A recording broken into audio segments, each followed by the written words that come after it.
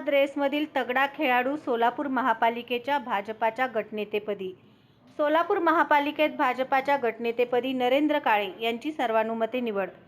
सोलापूर महानगरपालिका सार्वत्रिक निवडणूक 2025-2026 मध्ये भारतीय जनता पार्टीला घवघवीत यश मिळाले आहे. तब्बल 9 वर्षांनंतर झालेल्या या निवडणुकीत भाजपाने प्रथमच 102 जागांवर उमेदवार उभे करत पूर्ण ताकदीने निवडणूक लढवली होती. सोलापूरच्या मतदारांनी भाजपावर विश्वास दाखवत मोठ्या प्रमाणात मतदान करत तब्बल 87 नगरसेवक निवडून दिले आहेत. निवडणूक निकालानंतर भाजपाच्या गटनेतेपदासाठी कोणाची निवड होणार याकडे संपूर्ण शहराचे लक्ष लागले होते. अनेक इच्छुकांनी आपापल्या स्तरावर प्रयत्न सुरू केले होते.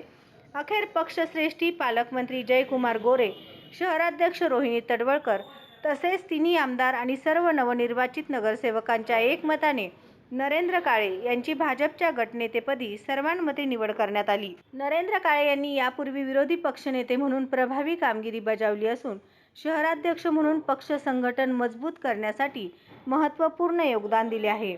सर्वांना सोबत घेऊन चालण्याची त्यांची नेतृत्व क्षमता लक्षात घेऊनच पक्षाने ही जबाबदारी त्यांच्यावर सोपवली असल्याचे सांगण्यात आले. या निवडीमुळे सोलापूर महापालिकेत भाजपचे नेतृत्व अधिक भक्कम होणार असून शहराच्या विकासाला गती मिळेल अशी अपेक्षा व्यक्त करण्यात येत आहे.